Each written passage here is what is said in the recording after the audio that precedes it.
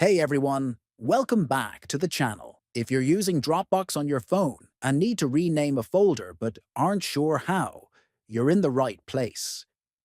In this video, I'll walk you through the full process of renaming a folder inside the Dropbox mobile app, quickly and easily. First, open the Dropbox app on your mobile device. Next, look at the bottom and tap on the Files section.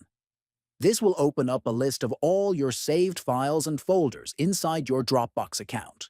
Then, scroll through the list to find the folder you want to rename.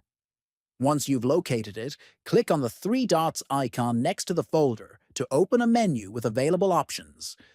After that, tap on Rename from the menu.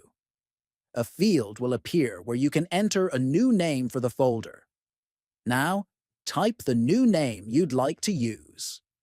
Finally, confirm by tapping Rename again. Your folder will now be updated with the new name. That's all it takes to rename a folder in the Dropbox mobile app. Thanks for watching. If you found this helpful, be sure to like the video, subscribe, and explore our other tech tutorials.